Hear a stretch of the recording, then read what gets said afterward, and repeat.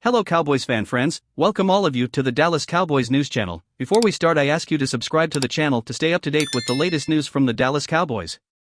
Terrence Steele played poorly in the Dallas Cowboys Week 9 loss to the Philadelphia Eagles. How did he respond in the days leading up to the Week 10 divisional showdown?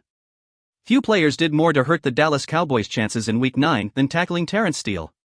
Dallas lost 28-23 on the road against the vaunted Philadelphia Eagles team and came awfully close to making the NFC East a real race. Instead, Philadelphia's pass rush won. Quarterback Dak Prescott was sacked 5 times on 19 pressures, stifling a Herculean effort.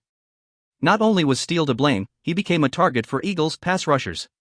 Steele gave up 12 pressures in Week 9. He generated a cataclysmically poor pass protection rating from Pro Football Focus, 15.0, and was blamed for 4 of Prescott's sacks. In a game where the Cowboys came within inches of each other, defining the offense at a time was a death knell for Dallas' hopes of winning the division. This wasn't the version of Steele the Cowboys were hoping for when they re-signed him to a 5-year, $82.5 million contract, and there are few reinforcements on the way. Simply put, he needs to improve. Steele talked about bouncing back after such a poor performance. "It's just keeping a cool head," Steele said. "Just watching film, learning from my mistakes. No one is harder on me than myself." Prescott and coach Mike McCarthy extended their support to Steele, who has had to deal with the personal and social media fallout from last Sunday's action. With nothing left to do but solve the problems he posed in the film, he remains focused on his technique. "It really came down to me, my fundamentals," Steele said. "Just staying true to that. I got a little sloppy at the end." It's possible that Steele's inconsistencies stem from a torn ACL suffered in Week 13 of last season. His recovery has been encouraging, but he has not returned to his 2022 form that saw him become one of the league's best strikers.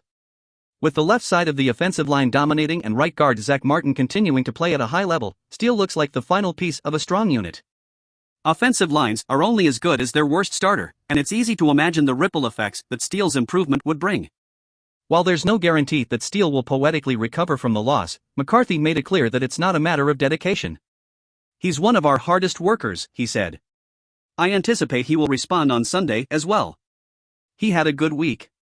Hopefully, Week 10 will offer Steele and the Cowboys a chance to bounce back in dominant fashion.